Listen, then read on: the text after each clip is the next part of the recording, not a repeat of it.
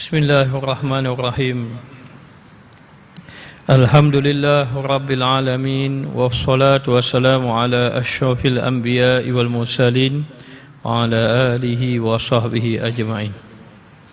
Allahumma salli ala Sayyidina Muhammadinil Fatihi lima ughliqa wal khatimi lima sabaqa nasiril haq bil haq wal hadi ila siratikal mustaqim wa ala alihi haqqa qadrihi wa miqdarihil azim. Allahumma salli ala Sayyidina Muhammadin miftahi babi rahmatillah adada ma fi ilmillah salatan wa salaman daimaini bidawami mulkillah wa ala alihi wa sahbihi adada kulli zarratin alfa marrah. Rabbi shrah li sadri wa yassir li amri wa hlul 'uqdatam min lisani yafqahu qawli. Alhamdulillah, segala puja dan puji bagi Allah Subhanahu wa taala. Selawat dan salam ke atas junjungan besar Nabi kita Muhammad sallallahu alaihi wasallam. Al-Imam Al-Ghazali menyatakan di dalam kitab Mukhasyafatul Qulub mengenai bagaimana hendak menundukkan nafsu dan syaitan. Kerana Imam Al-Ghazali ada menyebut dalam kitab Minhajul Abidin, antara halangan seseorang itu dalam melakukan amal ibadat ada 4 perkara. Yang pertama adalah dunia, yang kedua adalah makhluk, yang ketiga adalah syaitan, yang keempat adalah nafsu. Maka nafsu dan syaitan ini yang banyak menghalang orang daripada melakukan ibadat, ataupun seseorang itu mampu melakukan ibadat, tetapi nafsu dan syaitan inilah yang merosakkan amal ibadat tersebut. Maka Imam Al-Ghazali menyatakan hendaklah orang yang berakal itu nak mengekang hawa nafsunya itu ialah dengan jalan lapar. Kerana lapar dapat menundukkan musuh Allah Subhanahu wa taala. Apabila seorang itu berlapar, contohnya kita lihat di bulan Ramadan, bila seseorang itu lapar, maka ketika itu nafsunya inginkan dia makan, lalu dia tahan, dia tak ikut hawa nafsu, maka nafsu pun menjadi kalah. Bila nafsu kalah, dengan sendiri iman akan kuat, iman akan naik. Ketika itu orang yang berjaya mengalahkan nafsu ketika itu, keinginan dia kepada ibadah dan ada kekuatan dia dalam melakukan ibadat. Sebab itu di bulan Ramadan ketika orang berpuasa, ibadatnya lebih dibanding pada bulan-bulan yang lain. Kerana sesungguhnya dengan lapar Allah Ta'ala jadikan nafsu mereka itu kalah. Bahkan dikatakan bahawa ketika mana Allah menciptakan nafsu, Allah bertanya pada nafsu, siapakah kamu? Nafsu kata, aku, kamu. Maka Allah Subhanahu wa taala menyeksa nafsu itu. Lalu ditanya lagi, siapa kamu? Aku, kamu. Akhirnya ketika mana Allah menyeksa nafsu mengenai makan, berkaitan dengan makan, nafsu makan, akhirnya dia berkata, Ana abdun wa anta rabbun. Aku adalah hamba, engkau adalah Tuhanku. Maka jalan orang-orang saleh, mereka adalah orang yang banyak berlapar. Nabi Muhammad sallallahu alaihi wasallam ada bersabda, syaitan itu memasuki anak Adam melalui aliran darah.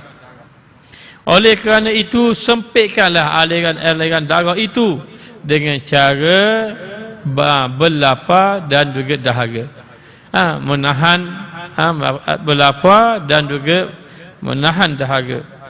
Maka dengan cara tahan lapar dan dahaga ini sebenarnya menyempitkan aliran darah yang dimasuki oleh syaitan. Maka apabila seseorang itu berlapar, Allah beri lapar mendatangkan sihat. Sumu tasihu, berpuasalah kamu akan jadi sihat. Dan orang yang berlapar, akal dia juga sihat. Orang yang berlapar, tubuh dia juga kuat beribadat. Orang yang berlapar ada kekuatan meninggalkan maksiat. Orang yang berlapar ini rohaninya lebih cepat dinaikkan oleh Allah Ta'ala, yakni lebih cepat mencapai takwa kepada Allah. Maka manusia yang paling dekat dengan Allah Ta'ala di hari akhirat kelak adalah orang yang banyak berlapar, menahan lapar dan juga dahaga. Lalu dikatakan orang yang banyak lapar dan dahaga di atas muka bumi, dia dikenyangkan oleh Allah Ta'ala. Dia dekat dengan Allah. Satu ketika Nabi SAW sembahyang bersama sahabat. Selepas daripada sembahyang, lalu sahabat bertanya, "Ya Rasulullah, adakah kamu sakit?" Kata Rasulullah, "Tidak wahai sahabatku, aku tidak sakit. Tapi kami mendengar ada seolah-olah tulang-tulang kamu bergeseran." Lalu Rasulullah menyatakan bahawa Rasulullah sedang lapar, sangat lapar. Lalu sahabat merasa takjub. Masakan Rasulullah lapar, macam mana boleh Rasulullah lapar? Kan sahabat-sahabat ada, Sayyidina Abu Bakar ada. Tapi sebenarnya Rasulullah sengaja memilih jalan lapar kerana Rasulullah memberi jawapan, biarlah Rasulullah itu lapar agar umatnya kenyang dekat negeri akhirat. Maka dikatakan bahawa Rasulullah SAW banyak berlapar, menunjukkan, memberitahu kepada kita lapar ini dekat dengan Allah. Semakin banyak kita berpuasa, semakin jauh kita dengan neraka. Semakin banyak kita berpuasa, semakin dekat kita dengan syurga. Maka sesuatu yang paling dahsyat membinasakan anak Adam adalah mengenai syahwat perut. Keinginan makan banyak-banyak ini membinasakan dia. Bukan kata membinasakan zahir. Zahir juga kadang-kadang salah makan datang penyakit. Tetapi kadang-kadang dengan sabit makan boleh terhilang cahaya iman dia. Boleh dengan sebab makan tadi menyebabkan lemah dia beribadat. Dengan sebab makan menyebabkan dia tertolak amal ibadat. Dengan sebab makan boleh jadi juga menyebabkan tertolak doa dia. Ini bahaya. Sehingga dikatakan bahawa tiada sesuatu yang paling dahsyat membinasakan anak Adam adalah melainkan syahwat perut. Bermakna syahwat perut ini boleh membinasakan seseorang.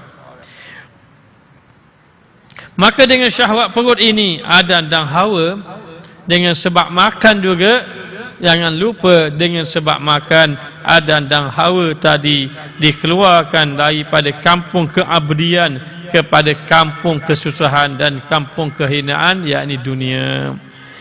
Maka dilarang untuk memakan satu pohon. La taqraba hazihi syajarah fatakuna minaz zalimin. Kamu wahai Adam dan Hawa, jangan kamu hampir pokok ini, nescaya kamu akan jadi orang yang zalim. Akan tetapi syahwat telah mengatasi lalu memakannya, maka oleh kerana itu dia telah menerima Nabi Adam, diterima hukuman oleh Allah, dikeluarkan dia daripada syurga. Qul nahbitu minha jami'a fa imma ya'tiyannakum minni huda faman tabi'a hudaya fala khaufun 'alaihim wala hum yahzanun. Allah Ta'ala kata, keluarlah kamu daripada syurga ini, Adam dan Hawa. Nanti akan datang petunjuk aku, dan seandainya engkau mengikuti petunjuk aku, maka engkau tidak lagi berduka cita. Maka Nabi Adam AS lalu dia merasa bersalah, lalu dia memesan kepada kita, dulu kalaulah aku ini bertanya terlebih dahulu, nescaya aku tidak akan makan buah tadi. Maknanya kalau dia tanya malaikat dulu, boleh makan tak boleh makan ni, nescaya aku tak makan. Kalaulah aku memikirkan tentang akibat dia, kalau makan akan jadi begini, kalau buat jadi begini, nescaya aku tidak akan memakannya.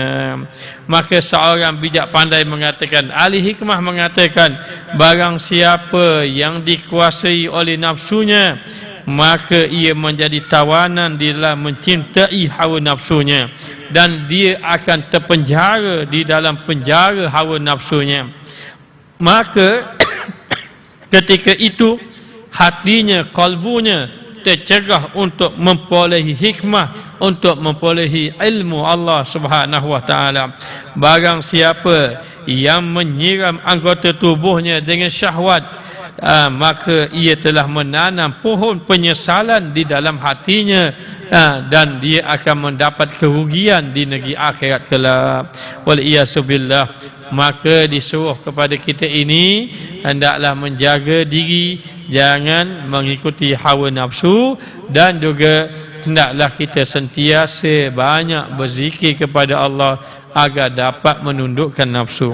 Allah Subhanahu wa taala sebenarnya dia menciptakan ni ada 3 kelompok. Tiga ciptaan Allah yang besar. Apa dia? Yang pertama malaikat. Malaikat ni Allah Ta'ala ciptakan dia akal.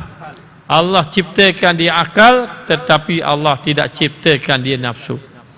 Maka malaikat, mana ia tidak berkahwin, dia tidak makan, dia tidak minum, dia tidak tidur. Allah Ta'ala ciptakan dia akal, tetapi Allah tidak ciptakan dia nafsu. Yang kedua binatang. Binatang Allah Ta'ala bekalkan nafsu. Allah beri dia nafsu binatang, tetapi dia tidak dibekalkan akal. Dia tidak dibekalkan akal, hanya dibekalkan nafsu sahaja. Yang ketiga manusia. Manusia Allah Ta'ala bekalkan 2, akal dan nafsu. Akal dan nafsu. Malaikat akal saja, nafsu tidak. Binatang nafsu saja, akal tidak. Tetapi manusia dibekalkan akal dan juga nafsu. Barang siapa, ini kata Imam Ghazali ni, barang siapa yang nafsunya mengatasi akalnya, maknanya barang siapa yang nafsunya mengatasi akalnya, lalu dikatakan binatang itu lebih baik daripada dirinya. Ini kata Imam Ghazali, bukan kata saya, kata Imam Ghazali.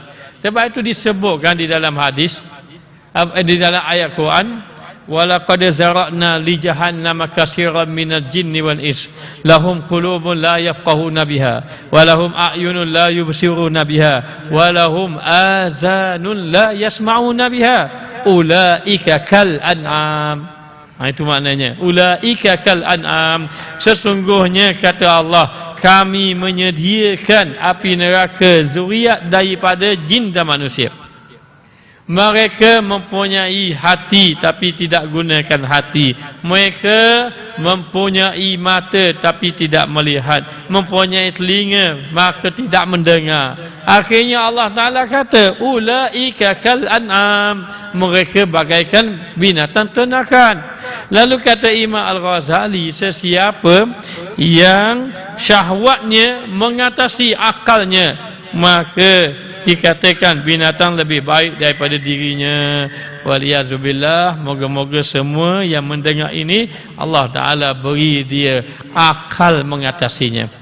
Akal menjadi kebijaksanaannya, membawa dia kepada keredaan Allah. Maka dengan akal kita fikir, kalau kita tidak sembahyang, rugi kita. Kalau kita tidak pergi sembahyang jemaah, rugi. Kalau kita tidak belajar ilmu, rugi. Macam mana kita boleh fikir rugi? Itu dengan sebab akal.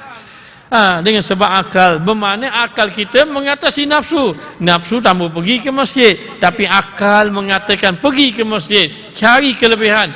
Maka akal menguasai nafsu. Maka akal menguasai nafsu, itulah yang sebaiknya. Dan barang siapa yang akalnya menguasai syahwatnya, ia lebih baik daripada malaikat. Akal dia mengatasi nafsu, maka ia lebih baik daripada malaikat. Walaupun dikatakan bahawa malaikat itu ahli-ahli ibadat, mereka itu hamba Allah yang beribadat, namun mereka tidak dikurniakan nafsu. Kita melakukan ibadat tetapi kita dikurniakan nafsu, maka akal mengatasi nafsu itu, katanya Imam Ghazali, ia lebih baik daripada malaikat. Maka yang ditakuti oleh ahli ibadat apabila nafsu seseorang itu menguasai dirinya. Bila nafsu menguasai dirinya, maka dia dikira telah terkena sengatan nafsu. Sengatan nafsu ini bisa. Bisa macam mana? Bisa dalam keadaan duduk di dalam kemukaan ataupun dalam keadaan berterusan membawa kebinasaan dosa. Maka dikatakan bahawa sengatan nafsu itu lebih berbisa daripada sengatan binatang yang berbisa. Lalu dikatakan binatang yang berbisa itu boleh jadi disengat. Kalau sengatannya itu ada penawarnya, sembuhlah dia dalam masa sebulan. Itu lama dah, 2 bulan sembuh. Tetapi sengatan nafsu itu tidak sedar. Kadang-kadang nafsu menguasai sampai ke mati. Maknanya sengatan binatang berbisa diketahui, sengatan binatang nafsu kadang-kadang tidak dirasai. Tidak dirasai, maka itulah yang bahayanya. Baik, kita tengok contoh. Ibrahim Al-Khawas berkata, satu ketika dia ini sampai ke satu tempat, di satu gunung, Lukam nama gunung tadi. Maka saya satu ketika tengok ada buah delima. Dia berjalan-jalan naik atas bukit, tengok ada buah delima. Bila tengok buah delima, dia pun mari. Oh, molek buah delima tu rasa nak makan. Dok kira dah pokok-pokok orang, dok kira. Jadi bila tengok buah delima, dia pun rasa nak makan. Lalu saya pun ambil, katanya Ibrahim Khawas. Ibrahim Khawas ni ahli sufi, tapi masa ni dia belum jadi ahli sufi lagi. Maka dia pun pergi ambil. Dia ambil sebiji, dia pun belah.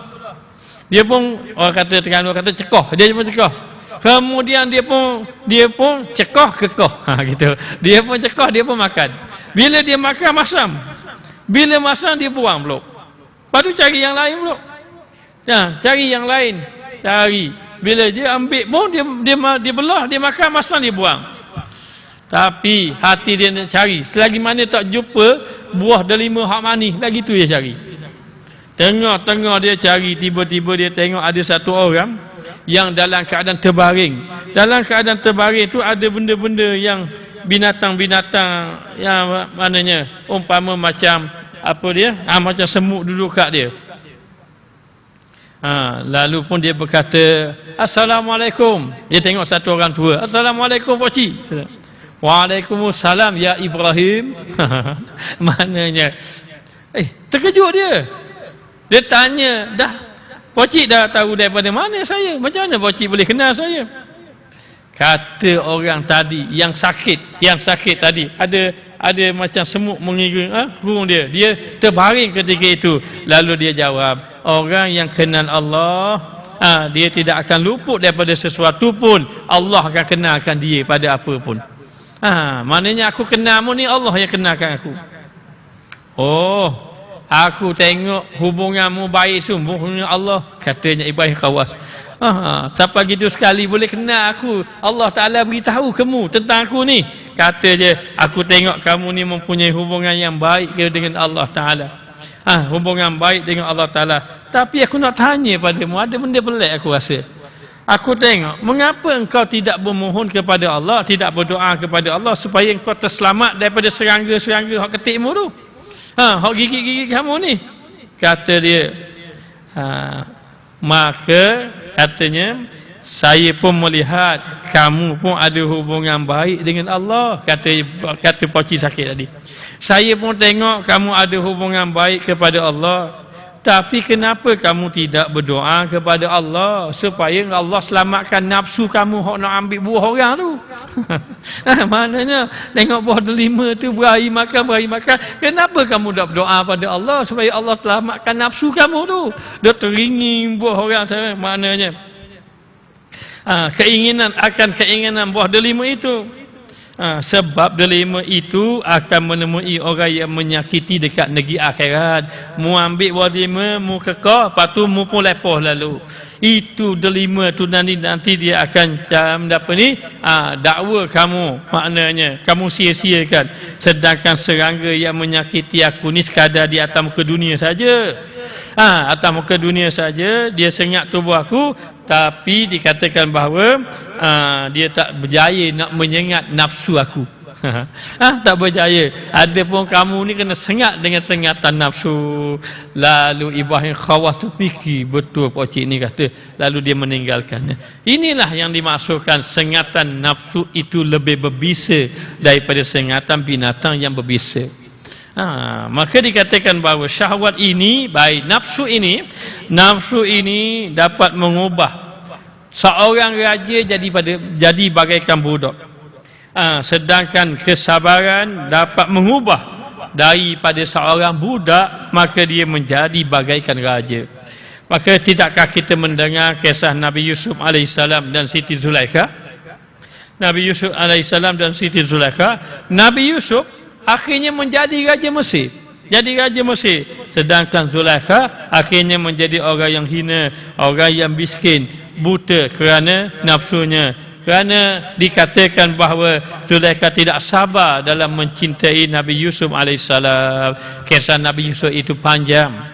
Kisah Nabi Yusuf itu panjang, tapi nak cerita Nabi Yusuf ketika sampai di Mesir itu, orang ambil dia jadi hamba, dijualnya menjadi hamba. Lalulah dia pun duduklah di rumah satu orang menteri, dan akhirnya isteri kepada menteri tadi yang bernama Zulaikha, maknanya terpedaya dengan keindahan, kecantikan Nabi Yusuf AS. Maka dengan nafsu dia ingin mendapatkan Nabi Yusuf AS, lalu dia memikirkan jalan untuk maknanya melakukan sesuatu perbuatan yang keji. Wa ghallaqatil abwaba wa qalat haytalak, dia tutup habis pintu-pintu. Dia ingin dapatkan Nabi Yusuf. Nabi Yusuf itu seorang budak sahaja, maknanya sebagai hamba sahaja, tapi dia berjaya menahan nafsu, lari Nabi Yusuf. Dikejarnya orang puang. Maknanya bukan orang lelaki kejar puang, puang kejar lelaki. Lalu lari dia dipegang baju belakang, cari baju belah belakang. Cari baju belah belakang, tiba-tiba suami dia pun balik. Suami Zulaikha tadi balik. Bila balik Bila difitnahnya, masuklah Nabi Yusuf AS dalam penjara, dalam keadaan difitnah dia. Baik, Nabi Yusuf menahan nafsu dia tidak mengikuti hawa nafsu. Akhirnya kisahnya Nabi Yusuf itu dilantik menjadi Raja Mesir.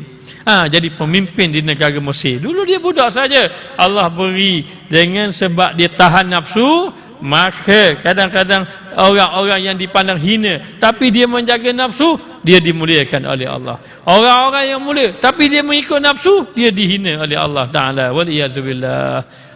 Hanya Siti Zulaikha, satu hari, kisahnya panjang, tapi satu hari Nabi Yusuf berjalan, jumpa satu orang tua dah ketika itu, lalu menyebut nama Yusuf. Hairan, siapa yang disebut Yusuf yang mana satu? Ternyata dia yang disebut. Rupanya siapa? Tengok Zulaikha.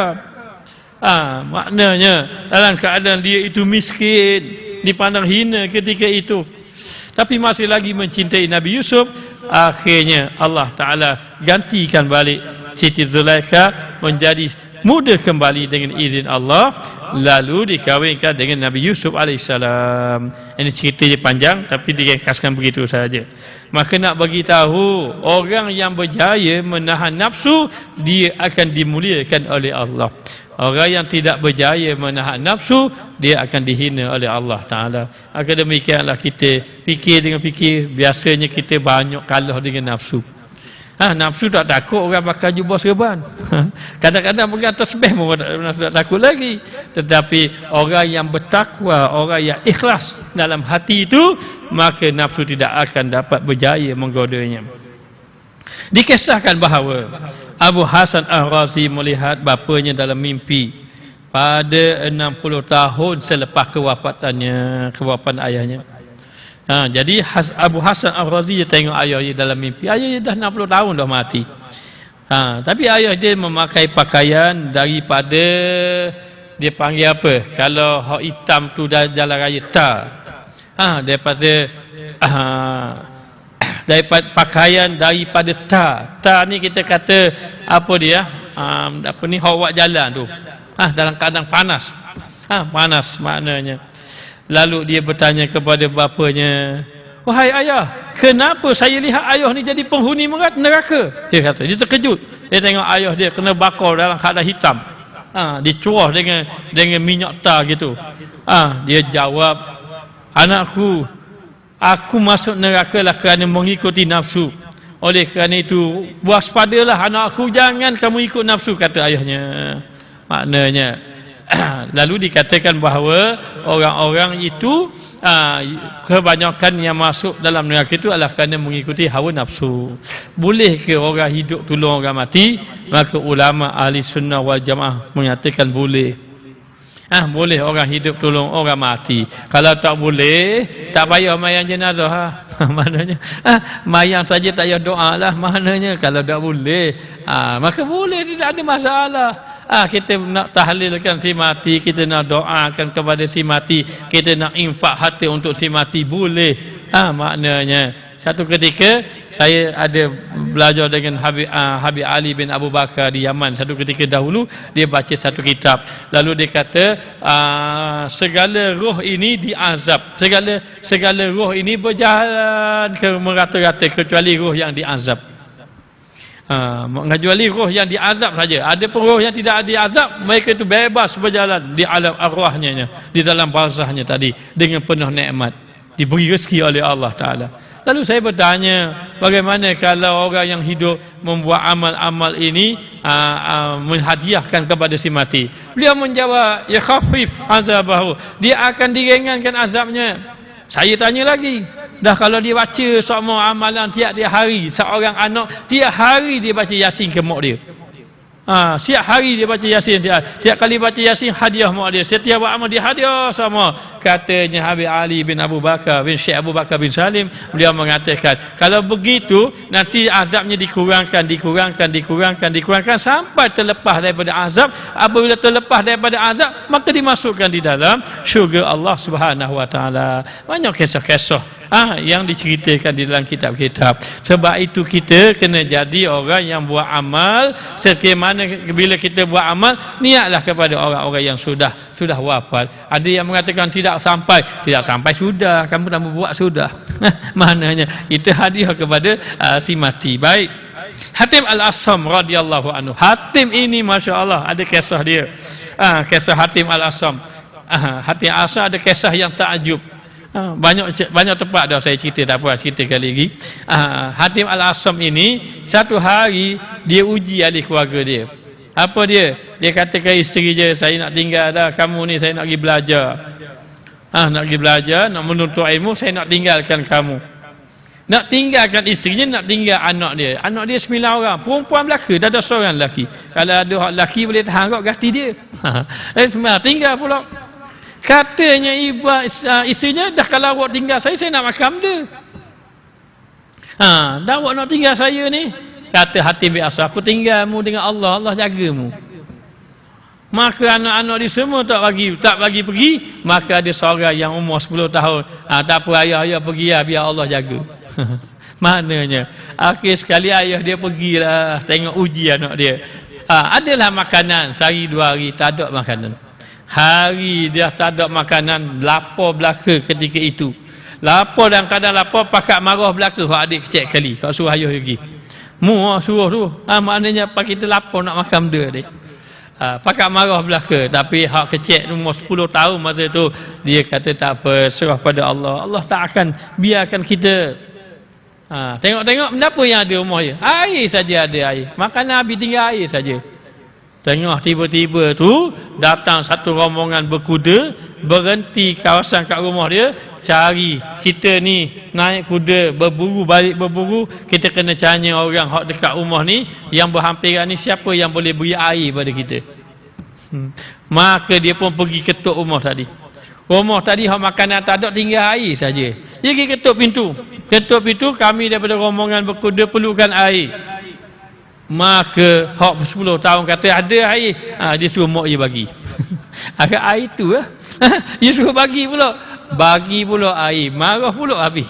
Kau tadi dah kita agak air saja, dia suruh pula bagi. Maka bagi air. Bila dah bagi air, makanan tak ada, air pun tak ada. Orang tadi rombongan berkuda dapat minum air, semua dapat minum air. Jadi kenyang belaka dah. Lepas kenyang baru tanya, rumah pia tu? Lepas kenyang dah, rumah siapa yang bagi air pada kita? Salah seorang daripada rombongan tadi beritahu itu rumah Hatim Al-Asam. Oh, Hatim Asam. Yang Hatib Al-Assam yang dikatakan dia ni orang yang saleh itu. Ya. Oh, dengar nama tuan tak tahu lagi. Zaman ni dengar nama boleh kenal, ada Facebook. Jadi dalam keadaan macam itu, dengar nama saja Hatib Al-Assam. Oh, ini seorang kekasih Allah, ini seorang orang yang soleh, bagi minum, baik sungguh keluarga dia. Baik, kata ketua rombongan berkuda, kalau kamu kasih pada aku, mu ikut apa yang aku buat. Maka diambil satu uncang yang penuh dengan emas, lalulah maknanya nak beri kepada keluarga tadi. Bila buat macam tu, hak lain pun buat keluar belaka. Kumpul, ketuk pintu rumah orang tadi, buka pintu. Akhirnya dicuahnya emas dekat depan pintu. Siapa doli nak tutup pintu penuh dengan emas. Siapa itu? Itu adalah khalifah. Ketua rombongan tu punya khalifah rupanya, khalifah masa itu. Maknanya siapa nak tutup pintu, Allah penuh, kena kaut-kaut boleh tutup pintu. Banyak tak banyak gembira dia tengok Allah Ta'ala jamin rezeki. Maka dalam keadaan macam itu, gembira ahli keluarga. Tengah-tengah gembira 10 tahun nangis pula. Wahai anakku, apa mu nangis pula? Kan banyak piti siapa rumah, banyak harta kekayaan, mu menangis pula. Maka dia kata, cuba ibu dan kakak-kakak fikir belaka. Dengan satu orang pandangan saja, dengan satu pandangan dia dapat rezeki banyak ni. Bagaimana manusia boleh tak yakin dengan pandangan Allah? Tidak yakin dengan pandangan Allah Ta'ala. Dengan pandangan khalifah saja, siapa nak tutup pintu pun tak boleh. Titihnya banyak. Maka demikianlah orang yang sudah dekat dengan Allah Ta'ala. Baik, Hatib Al-Assam mengatakan bahawa nafsu aku adalah pengikat aku. Nafsu ni merupakan pengikat aku, ilmuku adalah senjataku. Kena ada senjata lah. Maknanya nafsu memang pengikat kita, memang pengikat. Sebab tu kita nak mari kuliah payah, kita nak baca Quran payah, kita nak sembahyang jemaah payah. Tapi kenapa? Sebab ada pengikatnya. Apa pengikatnya? Nafsu pengikat. Nafsu pengikat. Namun ilmuku adalah senjata aku. Kenapa para jamaah pergi masjid juga? Kerana kita tahu, kita pergi masjid dapat pahala, kita ada masjid akan ada bahagian dekat negeri akhirat. Dengan ilmu tu dapat lawan nafsu. Mari juga ke masjid. Maka katanya, nafsuku adalah pengikat aku, ilmuku adalah senjata aku, dosaku adalah kegagalan aku, syaitan adalah musuh aku sendiri selalu mungkir janji, melanggar janji. Kata dia, ini sifat orang soleh, sentiasa rendah diri. Tapi dia mengatakan bahawa kalau aku jatuh dalam dosa, bermakna aku gagal, dan syaitan selalu memusuhi aku, dan aku sendiri selalu memungkir janji. Maka tidak nafsu itu hendaklah maknanya dijaga, dikawal, dikuasai, bukan nafsu itu menguasai kita. Lalu seorang ahli makrifat mengatakan, jihad itu ada 3 jihad. Yang pertama, jihad lawan orang kafir. Ini jihad yang Allah Ta'ala berfirman, maknanya berjuanglah kamu bersungguh-sungguh pada jalan Allah. Fajahadu fi sabilillah wa tujahiduna fi sabilillah. Berjihadlah kamu pada jalan Allah Ta'ala. Jadi nak bagi tahu itu jihad apa? Itu jihad maknanya melawan orang kafir. Yang kedua, jihad melawan ahli kebatilan, orang batil. Itu jihad lawan orang batil dengan apa? Dengan ilmu, dengan hujah. Dengan hujah maknanya datang orang kafir seorang, dia kata Islam itu tak adil lah. Kenapa tidak adil? Adakah dia kata orang Islam je masuk surga, hak kafir masuk neraka belaka? Dia kata, mana adil begitu? Baik, dia pun tanya, kamu pernah tak masuk dalam stadium? Pernah masuk dalam stadium? Kalau kamu pernah masuk dalam stadium, boleh tak kamu masuk stadium, kamu beli tak tiket? Beli tak tiket? Boleh tak? Kalau kita beli tiket, orang lain tak beli tiket, hak tak beli tiket pun masuk belaka dalam stadium. Mana boleh gitu, tak adil. Dia kata gitu. Mana boleh gitu, tak adil. Tahu pun tidak adil. Begitulah. Mu tak ada tiket nak masuk syurga ke macam mana? Oh, masuk syurga kena ada tiket. Lah ada tiket. Maknanya dah tiket tu ambil mana? Tiket tu dari maknanya tiket tu kalau mau nak dapat, tiket tu diambil daripada Muhammad namanya, Muhammad bin Abdullah. Kan Muhammad bin Abdullah mati dah kan? Dia kata, Muhammad bin Abdullah mati. Lah, mu tak tahu. Akulah ejen tiket Muhammad. Maknanya, dah tiket je macam mana? Tiketnya mudah je. Tiketnya ucapan La ilaha illallah Muhammad Rasulullah. Masuk Islam tangan bagus. Maknanya apa? Berjihad. Ini saya ambil kisah orang bercakap dengan beberapa minit, lepas tu orang tu masuk Islam. Akhirnya dikatakan bahawa jihad lawan kebatilan. Jihad lawan kebatilan dengan ilmu dan dengan hujah. Sebagaimana Allah berfirman, "Wajadilhum billati hiya ahsan." Maka berjidallah kamu, yakni berbahaslah kamu dengan cara yang baik. Yang ketiga, jihad melawan hawa nafsu. Yang selalu memerintah kita kepada kejahatan. Maka Allah Ta'ala berfirman, dan orang-orang yang berusaha dengan bersungguh-sungguh kerana memenuhi kehendak agama, maka kami akan memimpin mereka kepada jalan yang mendapat keredaan. Wallazina jahadu fina lanahdiyannahum subulana. Mereka yang bersungguh-sungguh lawan hawa nafsu, kami pimpin, kata Allah. Tunjuk jalan kami. Allah pimpin kita sampai kepada Allah. Bila seseorang tadi bersungguh-sungguh lawan hawa nafsu. Lalu ditanya, okey baik, ini jihad lawan orang kafir, ini jihad lawan kebatilan, ini jihad lawan nafsu. Mana satu lebih afdal? Rasulullah sallallahu alaihi wasallam bersabda, jihad yang paling utama adalah jihad melawan hawa nafsu. Itu jihad yang paling utama, lawan hawa nafsu. Dalam hadis Nabi sallallahu alaihi wasallam bersabda, al-mujahidu man jahada nafsahu. Orang yang benar-benar berjihad adalah orang yang lawan hawa nafsunya. Maka dikatakan bahawa orang berjihad tu dia orang yang lawan hawa nafsunya, yakni kehendak-kehendak hati dia yang membawa kepada keburukan. Membawa kepada keburukan. Maka dikatakan bahawa yang paling utama orang yang lawan hawa nafsu itulah yang paling utama. Sahabat balik daripada medan perang, bila balik daripada medan perang, dia dah gantung senjata-senjata dia, baju-baju perang dah boleh cabut dah. Dia pun kata, kita dah balik dalam peperangan yang besar. Peperangan yang besar. Lepas pada ni tak ada dah peperangan lagi. Lalu Rasulullah kata, ada. Mu balik dari peperangan yang kecil je. Ada lagi peperangan yang besar. Lalu sahabat bertanya, apa yang dimasukkan itu peperangan yang besar? Yang ini peperangan melawan hawa nafsu kamu. Walaupun hadis ini tidak kuat, tapi ada hadis yang menguatkan hadis ini, menunjukkan bahawa jihad yang paling besar adalah melawan hawa nafsu. Maka semata-mata mereka menyebut jihad melawan hawa nafsu itu sebagai jihad yang paling besar. Kerana apa? Kerana jihad lawan hawa nafsu jihad yang kekal sampai kita mati. Sampai kita mati. Sedangkan jihad lawan orang kafir waktu-waktu tertentu saja. Dan begitu jugalah maknanya dalam jihad kebatilan, tapi jihad nafsu berterusan. Wallahu alam. Kita sambung akan datang. Bismillahirrahmanirrahim. Rabbana zalamna anfusana wa illam taghfir lana wa tarhamna lanakunanna minal khasirin. Wa sallallahu ala sayyidina Muhammad wa ala alihi wa sahbihi wasallam. Walhamdulillahirabbil alamin.